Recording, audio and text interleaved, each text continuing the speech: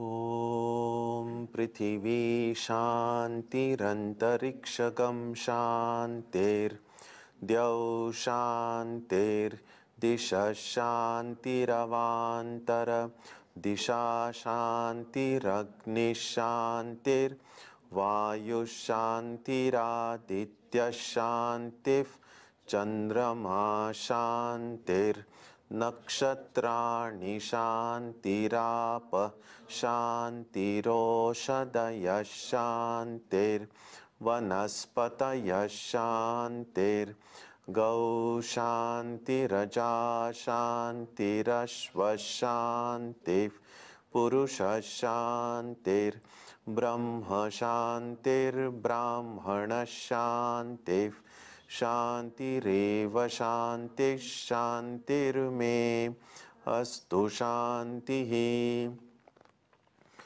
May there be peace on earth and in the sky.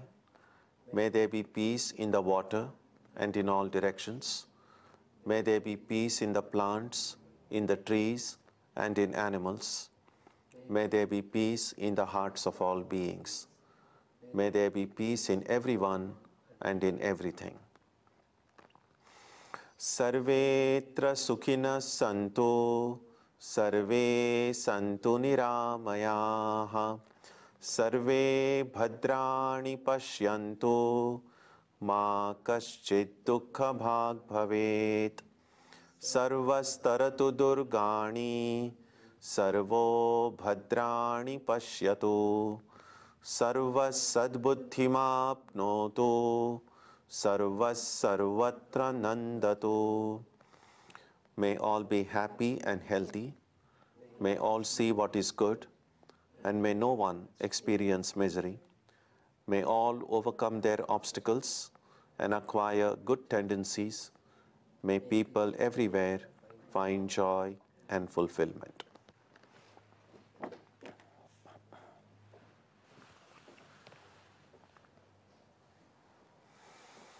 Let us now spend some time touching the center of peace and joy in our hearts. A good way to begin the practice is to withdraw the scattered energies of the mind and bring them to rest on one point. That point can be our own breathing. Let us therefore practice breathing with awareness.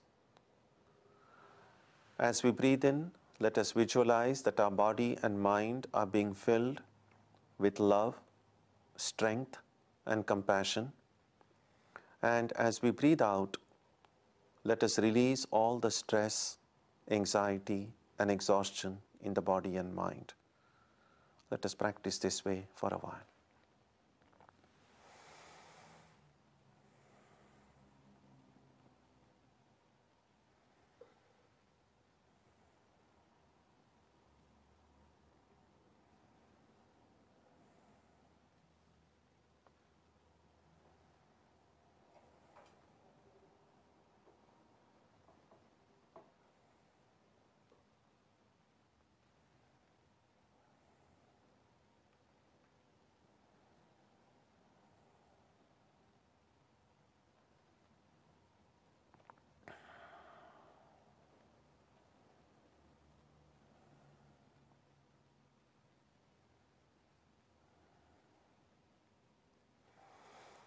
Let us now turn our attention to the region of our heart.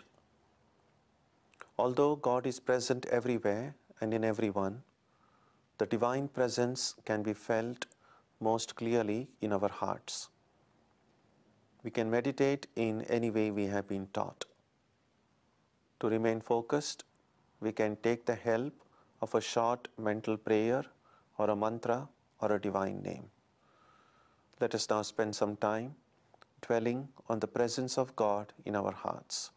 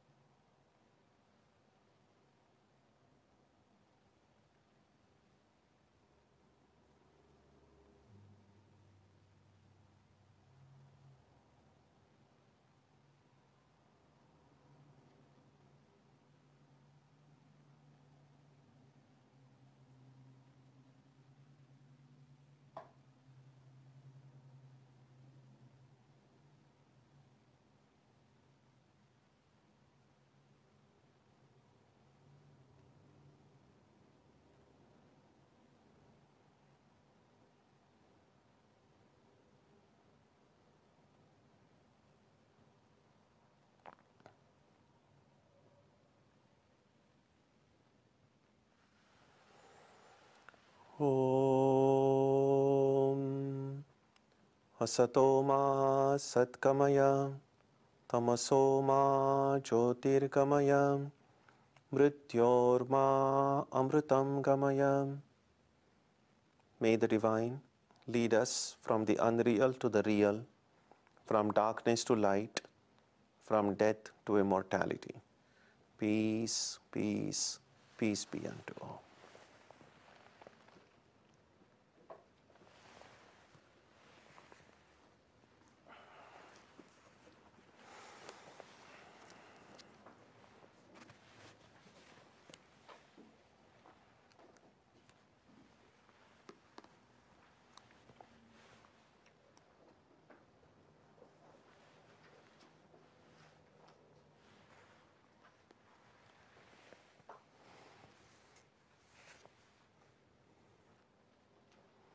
So we begin today on verse number 21. Let's chant together. Nirashir yata chittatma tyakta sarva parigraha shariram kevalam karma kuruvannapnoti kilbisham. Bereft of desire, controlled in mind and body, with all possessions relinquished and doing merely bodily actions, he does not get tainted. The tainted here is actually the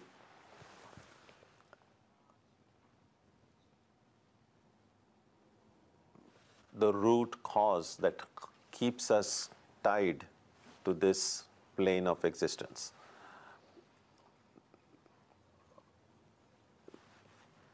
Put in simple terms, it really means our present state in which we find a little bit of fulfillment but never total fulfillment. We find that our present existence is in many ways not satisfactory. There are some ways we can try to improve the situation, but we also recognize that there are many ways over which we have no control. That is the default mode of the world in which we live. At the personal level, it means the ever-present reality of aging, sickness, death. At the psychological level, the constant stress, anxiety, worry, fear. And if you look at the objective universe, of course, there is no end to the different kinds of problems at various levels.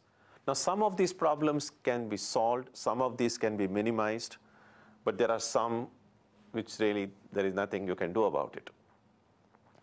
The question is whether we just have to accept it, well, this is how life is, and just accept it and do the best we can, or is there a way to solve this problem? And the root of all this problem is karma. From our present experience, we know that work exhausts us physically and psychologically.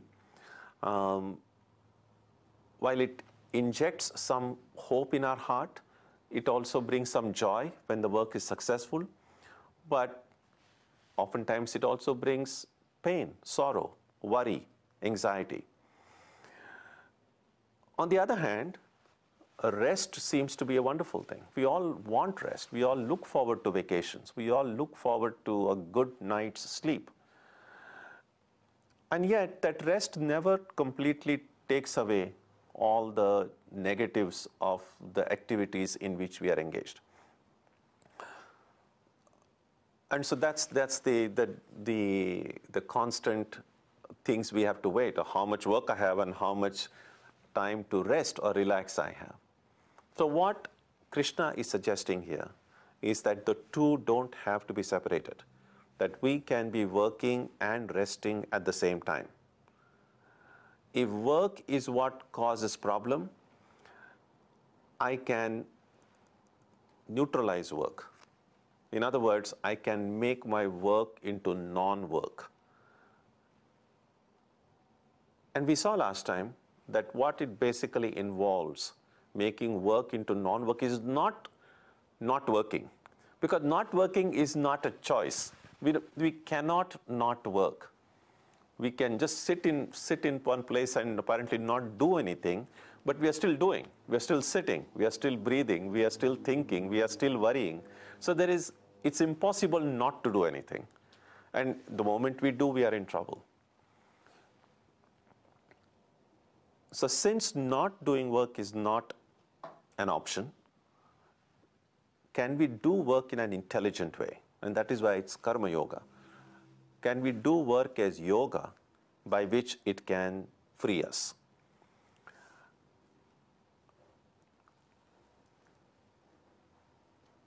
And the Vedantic solution I mentioned last time about how it applies this issue encourages us to look at it in a subjective way. In other words, if work is a problem, I can try to do something to the work itself to improve it. But I can also look subjectively, who is this person who is doing the work? Who is the doer? Because if there is no doer, then there is nothing to be done. In order for work to be achieved, you need a worker.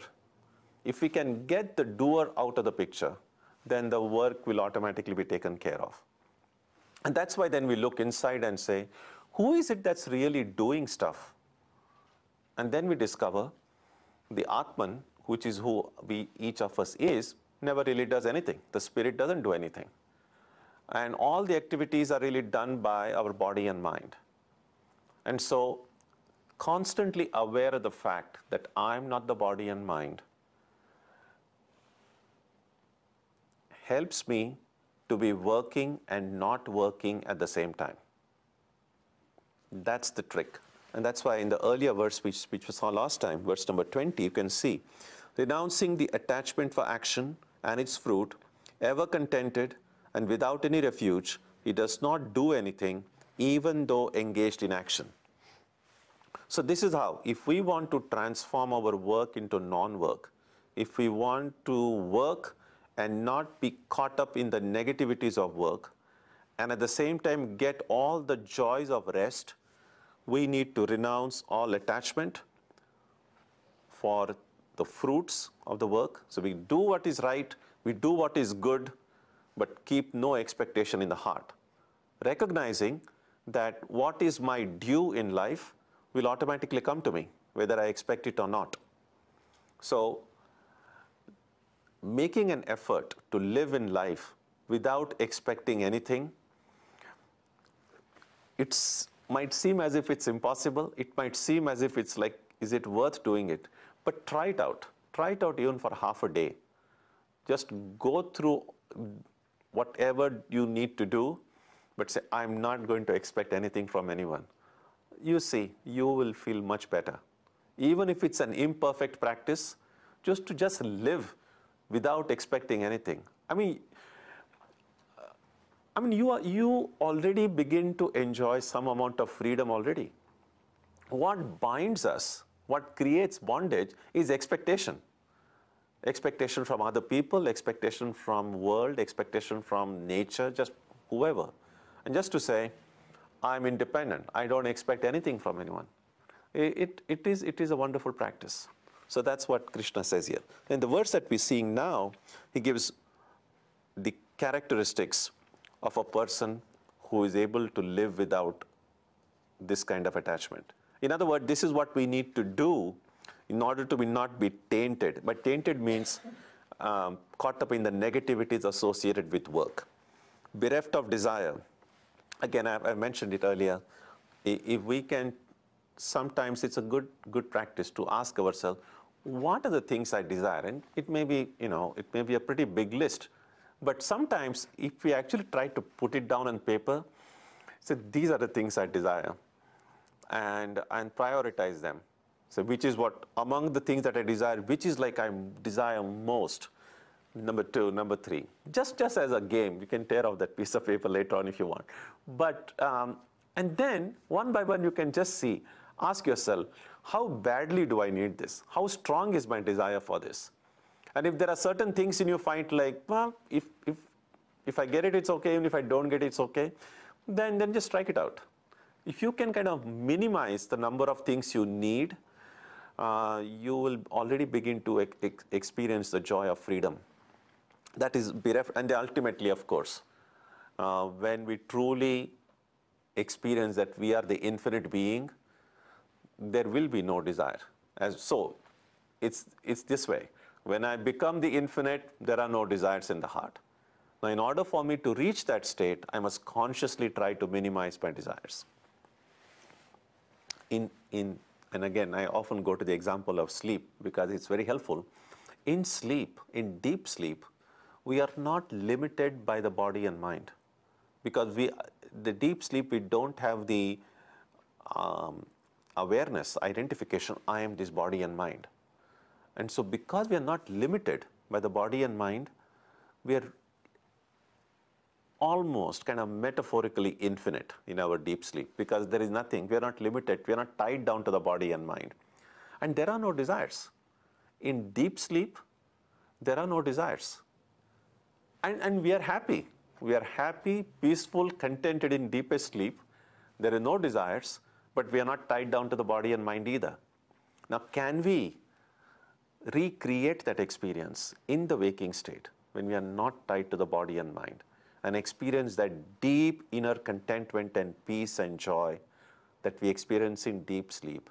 We can experience it even in the waking state, even as we go about in our daily actions, doing our duties and responsibilities.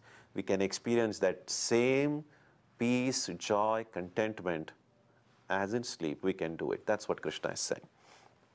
Controlled in mind and body. Again, that's all tied up because it's the unrestrained activities of body and mind which engaged me in action, which is what ties me down to them. With all possessions relinquished. Now, what is the meaning of possessions relinquished? Do we have to just kind of give everything and go to a forest or a mountaintop? No. It's not really, again, it's giving up the ego of being the possessor of things. That's the important thing. You have everything. You can have your home, your family, your friends, everything. But can I free myself from the ego that this is mine? That's, if I say this is mine, then this is my possession. But there are things we use. For instance, you go to a library and you borrow a book from the library. You use it as if it is your own. You can read it, you can learn from it, you do everything. But you deep down, it's not really my book. You have to return it to the library. So, just as we are able to use something well without possessing it, can we look upon all the possessions that we have right now in life as really not my possessions, that they have borrowed them from a library? And really, it's really the divine library from which everything is borrowed. Everything that we have in our life, what is ours? Come to think of it. When we came into this world, we came with nothing. Nothing. And when we leave with nothing. So all these so-called possessions is what we accumulate between this birth at one end and death at the other. Now, if we begin to see everything that I see as mine as something that has been entrusted in my care. Now, those who believe in God, those who are devotees, those who have faith in a higher power, those who believe that there is a higher power controlling and ruling my life and this world, for them it's not so difficult to recognize that everything that has come down to me is through the grace of God.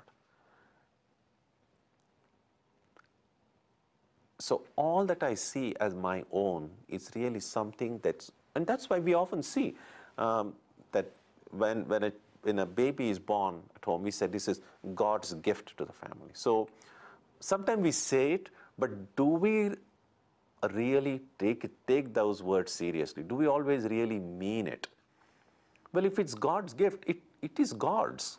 That's the important thing. But very soon, even though we may say it, we begin to see this is mine. The moment we kind of appropriate something and call it mine, we're tied. We're just tied. It may bring some joy, but it also brings a lot of pain. But if I say, I love God, and God has entrusted this family in my care, or this friend, the friends that I have, or the material possession that I have, they all come to the grace of God, but they all belong to God. God has given them to me, and God can take them away whenever God wants, because they really don't belong to me.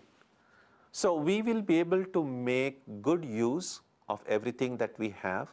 We will be able to take good care of everyone who we see as our own, but without this thing like this is mine. That is what is meant by with all possessions relinquished. It's not the entities themselves that have to be sent away, but my ownership of those entities. And doing merely bodily action, it does not get tainted. But merely bodily action is meant that I do my dharma, I do my duties in life. And at different times in life, according to time, according to place, according to my own stage in life, different duties will come.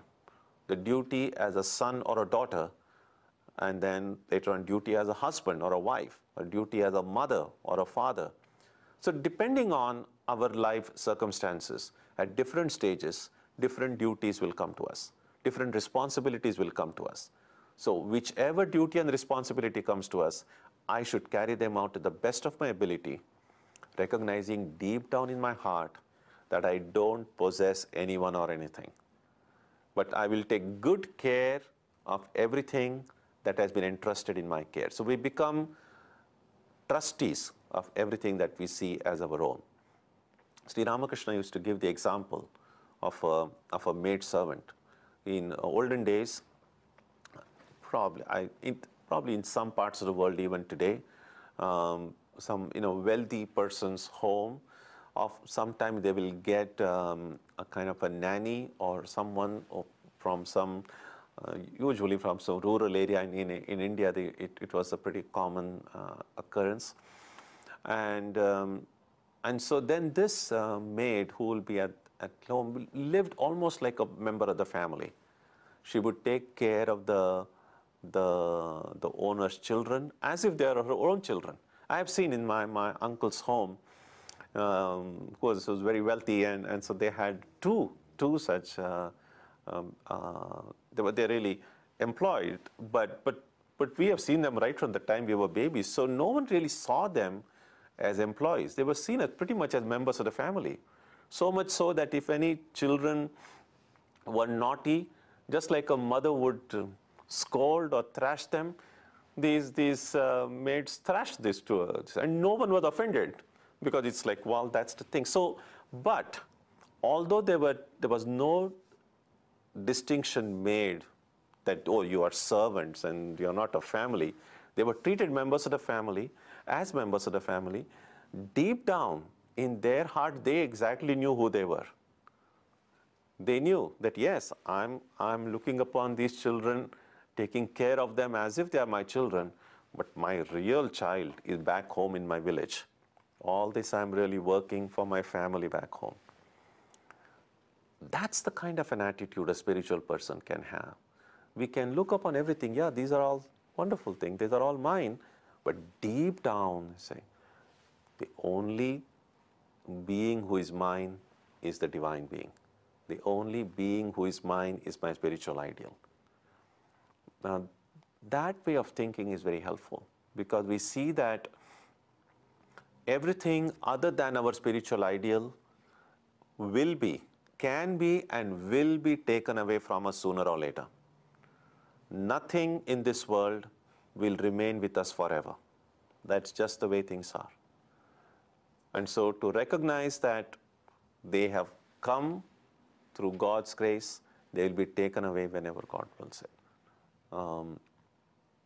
There is some years ago, and I'm not sure whether it is still there, in Calcutta, they had opened a library, a pet library. So in order to encourage youngsters to care for animals and pets. And the pet library had kittens and puppies and even I think one or two snakes. So they had all these animals so that to encourage. Then a lot of times, just like you borrow a book from a library, the children would come, and then suppose someone wants to have a cat at home. So then they would just take and for a month, and then along with the cat, the instructions would come like how often you should feed it, how you should take care of it, etc. And after a month, you're supposed to return because it doesn't belong to you, it belongs to the library. But sometimes within a month, or sometimes they renew it for one more month, the children would get so attached. Although it's not really their cat, it's just a library cat. But they would get so attached to it, then they would go and, I'm not kidding, I'm not sure whether there are as many such libraries, but it was a very novel idea. It was years ago. Have you heard of any pet libraries anywhere like this? Isn't it a great idea?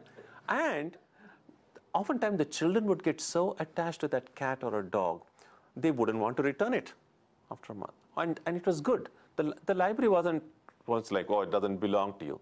If any children wanted to keep it at home, and if they promised that they would take good care of it, the library said, okay, have it. So it was good to encourage children to love animals.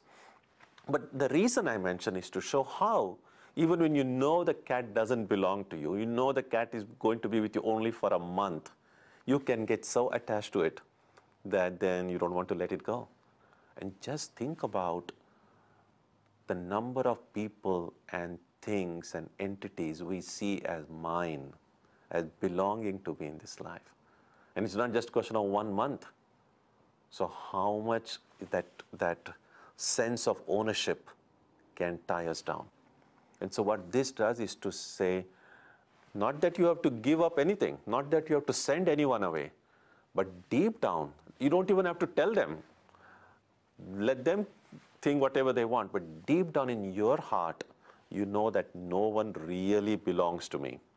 That they all have come through God's grace in my life. I will take good care of them. I will do what is right. I will do what is good. But deep down I know that if I do that, that's what meant by possessions relinquished. And doing merely body, then we won't get tainted. So if we want to transform our work into non-work, these are the things we need to do. Verse 22. Some more things, some more tips. Yadricha labha santushto dvandvatito vimatsaraha samasiddha vasiddhau cha kritva pina nibadhyate. Contented with what chance brings, transcending the pairs of opposites, free from jealousy, and unperturbed in success and failure, is not bound even though performing actions. Again, some more things that we can and should do. Contented with what chance brings. There is a Sanskrit word called santosha or samadhana. Means a sense of contentment. That doesn't mean that life is perfect. That what it means is that I'm able to take disappointments, failures in my stride. Because it's not unusual. If something wonderful happens, I'm happy. Something terrible happens, I cry. But the whole life can be then being just a collection of successes and failures, wonderful things and terrible things. I'm just going to go back and forth between being happy and miserable, happy and miserable. So being contented means recognizing that there are going to be ups and downs in life, but can I take them in my stride? Can I be so strong that I'm able to digest my happiness as well as I can digest my disappointment. Sometimes we think that, well, I need to be strong to deal with my misery, but I can take care of my happiness. No, actually. If I can't deal intelligently with my happiness, I won't be able to deal intelligently with my sorrow. Because essentially it's the same nerve centers which bring the sense of joy as the sense of misery. So I need to be able to deal with both in a mature way. So it's not just a matter of dealing with our sorrow and suffering as if we all know how to deal with our joy. No, we don't. Because both are not really different. So if I can deal with my joy in a mature way, I'll be able to deal with my sorrow in a mature way. And dealing in a mature way means, first of all, recognizing that this is what life is. You win some, you lose some. And so a little bit of detachment is helpful to kind of take a step back and look at things in an objective way, as a witness. Then it becomes a little bit easy to take both joy and sorrow in our stride. And that brings contentment. That brings that, you see, one other way, very helpful way, is that sometimes we become, I think, just too much about ourselves. And it happens a lot of times to spiritual people more than people who are just immersed in worldly activity in some ways. Because it's like this. Those who are not worried about spiritual life, there are so many thousands of distractions out there that if something is painful, you just turn your mind to something else. It's not easy, but it's a little bit easier to deal with. But the problem is, when we are now trying to think about spiritual life, we are already trying successfully sometimes not, but trying to withdraw our mind from everything, and the whole mind then comes to ourselves. And then suddenly we discover some pain or some sorrow, and then it can be terrible because there is nothing to distract us. Everything that would have distracted us, we have already withdrawn our mind from there. And then, if we are not careful, we could get very much self-centered. It could be then just all about me, my pain, my sorrow, my this, which is also a problem. So, what do we do with that? Spiritual life is not a way to run away from the world. It's not escapism. So when we are thinking about our situation, we are not expected to shut our eyes to what's happening around us. So when we think about our sorrow, our suffering, sometimes it's very helpful to just look at the world and see how much sorrow there is, how much suffering there is. And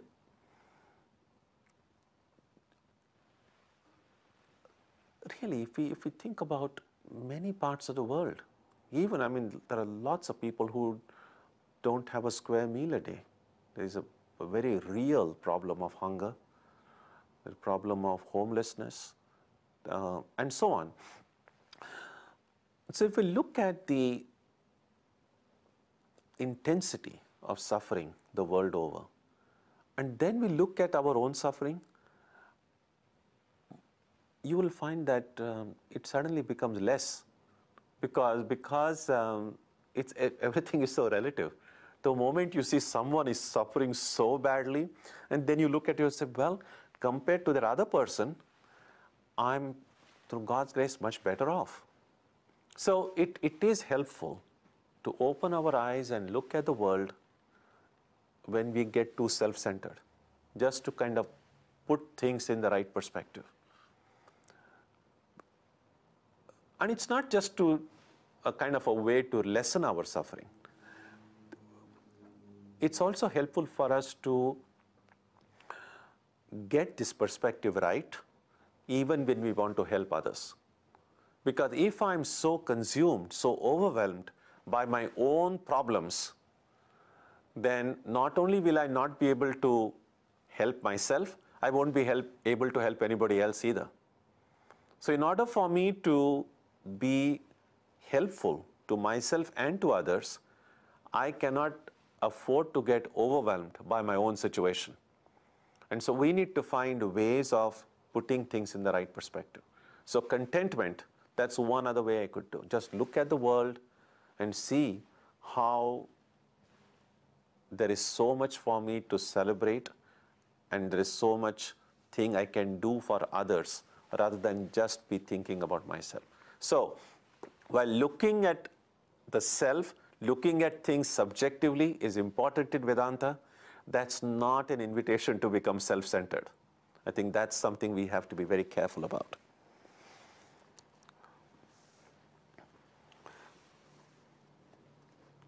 So contented with what chance brings. So contentment. So again, what it means is that we work hard, we do everything that needs to be done, and then be contented with what life brings us. This doesn't kill ambition. This doesn't mean that I shouldn't strive for excellence. This doesn't mean that. I should do everything that needs to be done. Striving for excellence, striving for doing things in a better way is of course what we need to do. That's wonderful. But after doing the best we can, after giving our best shot at whatever that needs to be done, I must then be contented with what comes to me. Otherwise, it's like, oh, I worked so hard for it, and this is what I get. So all my hard work is just wasted, because all that it brought me is disappointment. Sometimes it's kind of sad, oftentimes, sometimes even in these big schools, some brilliant students, and they work hard, but they are among other brilliant students. And so there are students who do pretty well in their exams. They don't do too badly. But again, when they compare their score with someone else who has got a lot more, it can be very frustrating. But it's possible that this person has really studied very hard and done the best thing. So why should then I be disappointed when I've really done my best? I can understand a frustration if I later repent and say, I really didn't try hard enough. I wasted my time. Then of course, I think that person deserves to suffer a little bit for not doing their duty. But if I've done the best I could, and yet I'm disappointed, then what's the point? That's why it is said, when we do any work, we don't have complete control whether it will be successful or not. We can give our best shot and that's it. There is one thing over which we have control, and that is while doing work. So if I can work in such a way that the doing of the work itself will bring me joy, then even if that work fails, it's not a total loss. I mean, at least I've got the joy of working, right? And of course, if it is successful, I get a double joy, the joy of doing the work and the joy of success. But if it fails, I've at least got the joy of doing the work. But oftentimes what happens is that if we don't do work as yoga, if the work fails or it is not as good as someone else's, then not only I'm miserable, I have forfeited the joy of doing the work also. So I think the least that we can do is let's do every work. And by work, I don't necessarily mean some huge world-changing things, which it will be great if we do it. But every little thing. It could be just cleaning your room, or setting your room in order, or cooking some favorite dish, or cleaning your kitchen, whatever, just gardening, whatever you will do. If I do that work as a yoga, as an offering to God, then that work itself can be so fulfilling. It can be so fulfilling that what happens after the work is completed, whether it's success or failure, won't turn our heads. It can happen both ways. Sometimes what will happen is this, and it has happened in cases of people, someone has done some extraordinary work, very good work, and a lot of praise, some awards and public recognition, and then it's very difficult to be normal, because my ego can get boosted. Wow, how great I am! How people are appreciating, and that can be spiritually disastrous, because then again my ego has kind of become very strong. And if it fails, then of course not only there is a disappointment of failure, but if there is a boss overseeing my work, I will be criticized, I'll be condemned, I'll be scolded, or whatever. And so there is that fear of censure if I fail, and the fear of egoism if I get too much praise for the work. But think of it this way: irrespective of whether the work succeeds or not, you have, while working itself, you have given your best shot, you have derived so much joy from doing the work well, that whether you get praise for the work or blame for it later on, it will become completely inconsequential. It won't affect you in an adverse way, both praise or blame. If I have done the work and the work itself has brought me so much joy, that is the thing. The joy of doing work is superior to the joy of any amount of worldly recognition. And so we shouldn't miss it. That's the idea. That's how contentment comes. Transcending the pairs of opposites. Transcending the pairs of opposites, again, it's simple. Everything in life that we see is really the pairs of opposites. And living in a Boston area, we all know the winters can be as oppressive as the summers can be oftentimes. So it can be hot, it can be cold. Sometimes things could be great, sometimes not so great. So these are pairs of everything in life, this relative existence. There are always opposites. If there is love, there is hatred. If there is light, there is darkness, and so on. And if we like one excessively, then we are going to dislike the other excessively.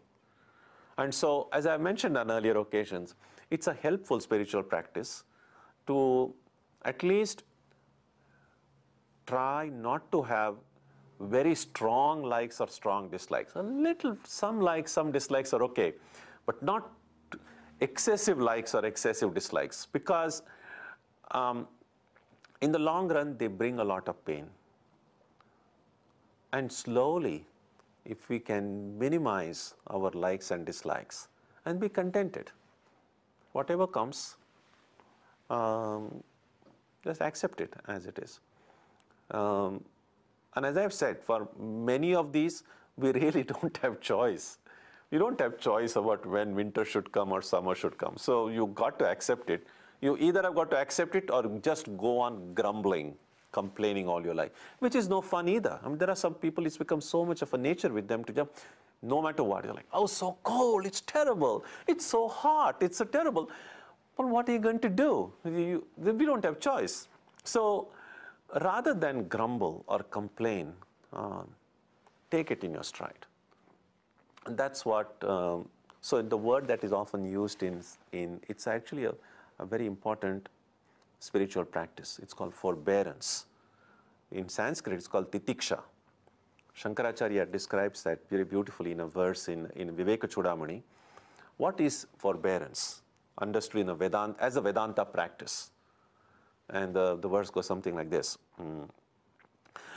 Sahanam sarva dukkhanam apratikara purvakam chinta vilapa rahitam sa titiksha nigadyate. What is titiksha? What is forbearance? So the first part of the verse says, Sahanam sarva dukkhanam, all challenges, difficulties, miseries in life, bear them. apratikara purvakam, without resisting. Chinta vilapa rahitam, without being anxious about it, without grumbling, without crying about it. If I can do that, then that would be forbearance.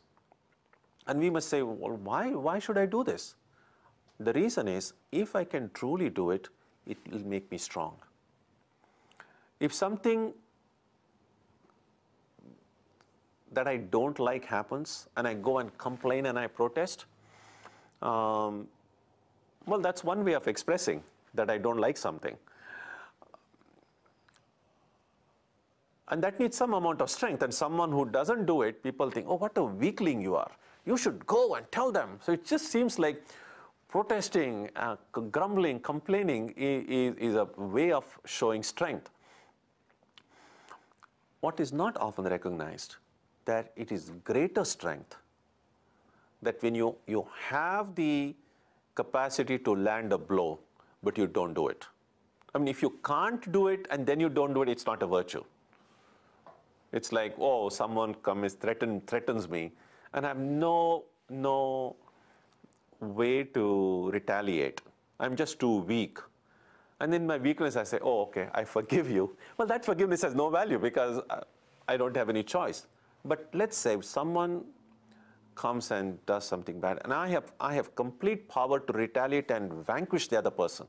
I have complete strength in me, and yet I say, I forgive you. So forgiveness is always from the position of strength. Getting angry or retaliating is actually a weakness. So forbearance, if I can truly forbear, it's not, I mean, there are some people who are mad, angry, but don't show it outwardly. It's like they are burning inside, but outwardly they'll be still smiling. All the diplomats and politicians, they're good at it. Sometimes they don't like, they can't always be expressive of their emotions. And then sometimes even, it doesn't have to be just political leaders, even in our own friend circles or family situation, there are things which we may get irritated by or upset or angry, but it may not always be appropriate to just express it. And so what people do is either keep quiet or just smile and say, ah, that's nice. Now, but they are kind of, inside they're all upset or angry. But that's not forbearance, but that's kind of maybe a kind of forbearance, but that's not real forbearance. Forbearance as a spiritual practice would be, not only do I don't complain externally, there is no complaint internally either. That's the thing. And I understand, of course, that it's not something that overnight we are going to be able to do. It might even seem silly to try to forbear everything. But let's take one step at a time. See that there are things in life which it's possible not to grumble about. There are things in life over which I can stop myself complaining and just say, take it in my stride. That would be good. Yeah. But how could we protect ourselves from evil? Like, whereas we just keep kicking, or we should, like Thakur said, you shouldn't hiss. Oh, sure, of course. Yeah, you're right. That's true. I'm happy you brought that up. That's an important point. Yeah, so when I say forbear, it doesn't mean that allow other people to exploit you or let other people treat you like a doormat. That's obviously, that's not forbearance. So we must be strong, of course. Not that someone just comes and pushes me and say, oh, I forbear. No, that's not the thing. So allow, be strong. That's why I said forbearance is always from a position of strength. So if it's necessary to, you full right to do everything in your self-defense. Again, don't allow people to just come and take you for granted either. But doing something as to protect oneself is different from pushing ourselves on other people. That's the thing. Of course, we have to. So being spiritual doesn't mean being weak, that's for sure. Weak people cannot be spiritual. There is in fact one of the passages from the Upanishads which Vivekananda often quoted. Nayam Atma Balahinena Labhyaha. This Atman cannot be reached by the weak. And so we have to be strong. And that's why Vivekananda often said, anything in life that weakens you either physically, morally, mentally, emotionally, reject it as poison. Anything that strengthens you, that's why, even at the physical level, eat good, nourishing food, fill your mind with good, strong, positive, nourishing ideas. So whatever strengthens us, because strength is important, both, whether you want to live a worldly life or a spiritual life, there is no place for weak people. So we have to be strong, that's for sure. So we must have, as Vivekananda was very fond of saying, we must have the strength of a giant, but we must not use it recklessly like a giant. So have all the strength that we have, but use it wisely, use it intelligently. That's the idea. Yep. Earlier you spoke about digesting your joy and your sadness. And I'm having trouble reconciling that with the concept of forbearance. Yeah, it's like this. By digesting, I mean, the example I often like to give is right here, because we live so close to Fenway, was when the Red Sox lost about 10 years ago. In one of the many times they lost, the fans were so mad, so angry, that there was a lot of commotion. The cops were called, and a lot of destruction of property. They upturned cars and everything. And so clearly they were not able to digest the grief of their team losing. But the next year they won the World Series. And then they were so happy, everyone was so happy, that they upturned the cars and there was cops came, and exactly the same thing happened. So what exactly what happened as a result of the success or failure was not different at all. That's what I mean by not being able to digest both the joy and the sorrow. See, it's like this, it's like if in a small pond, an elephant enters. Then that whole water is just going to be completely, an elephant goes and just kind of jumps about, then there won't be calmness in that water.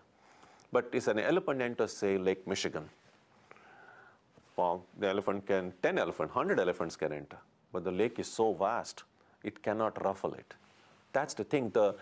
The smaller, the shallower we get in our own personal lives, every little joy or every little grief will throw us off balance. We won't know how to deal with it. We won't know what to do with it.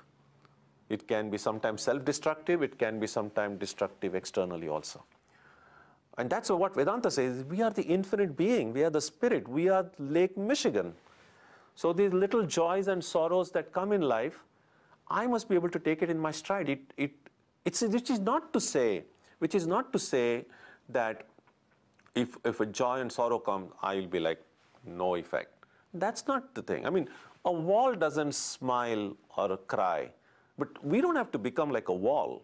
It's not that there'll be no emotions or expressions in my life. Clearly not. We are living beings. Each of us has got a heart. We are there. So when wonderful things happen, we are going to be happy.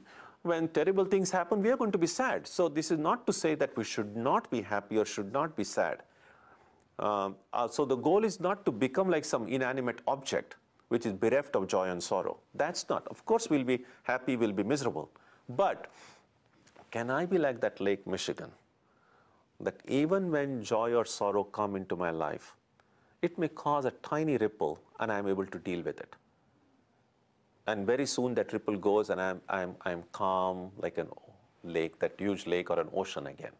So that's what we want to be. We want to be so vast, so big, both, not physically, mentally, vast. So we have such a broad thing that when ups and downs in life, we are able to deal with it.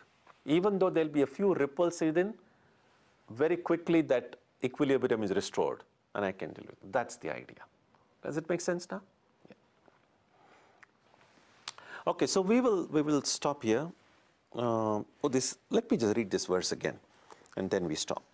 Contented with what chance brings, transcending the pairs of opposites, free from jealousy and unperturbed in success and failure.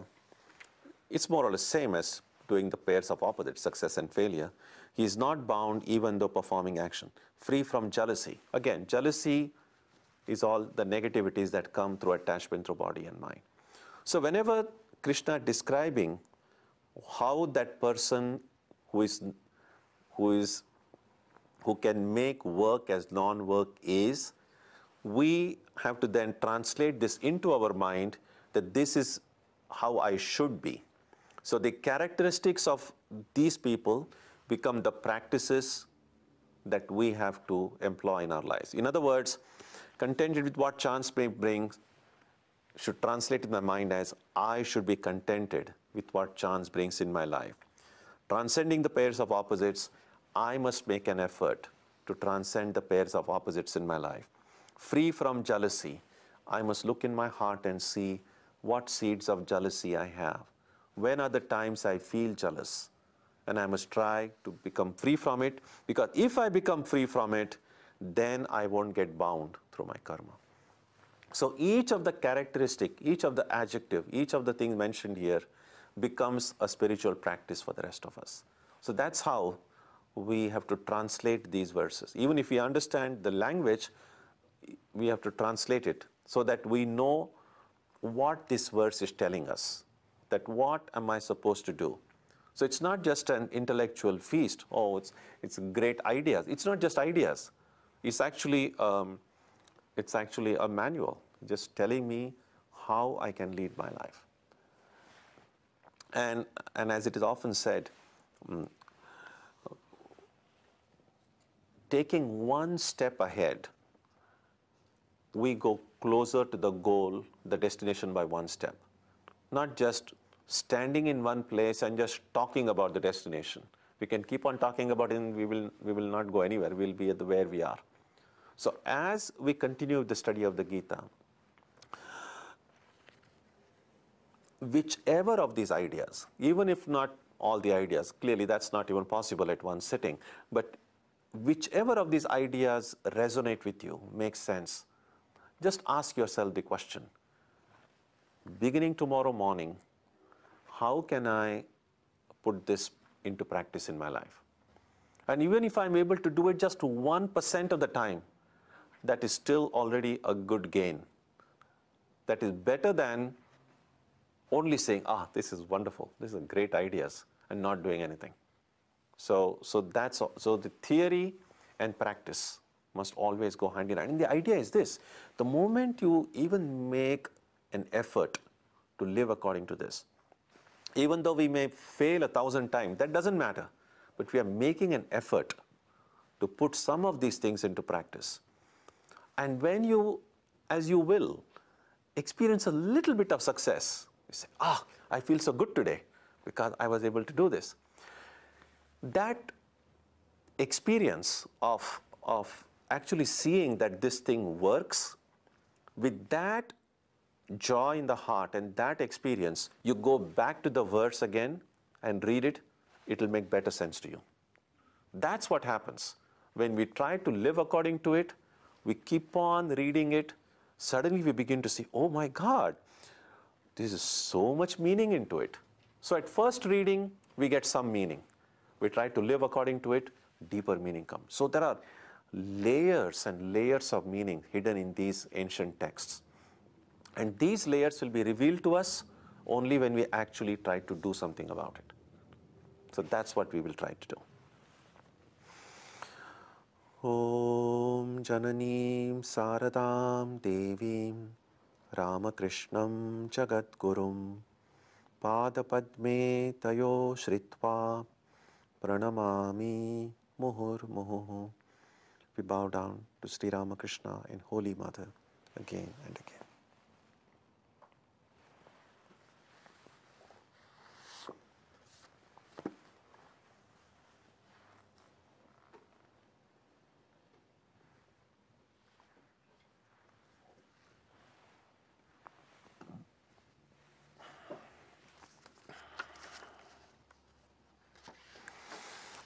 Our subject on Sunday will be spiritual, not religious.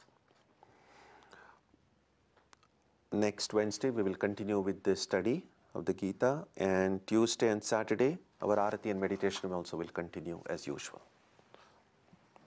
We'll conclude with a prayer now.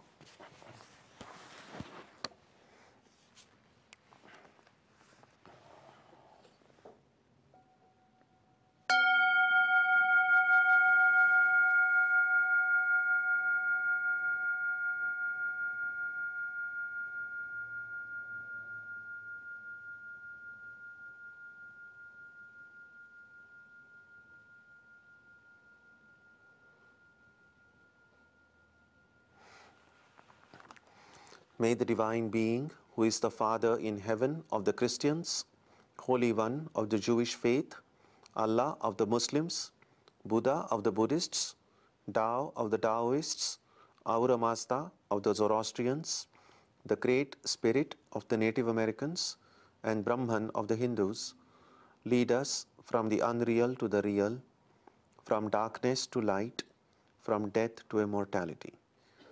May the all-loving being become manifest unto us.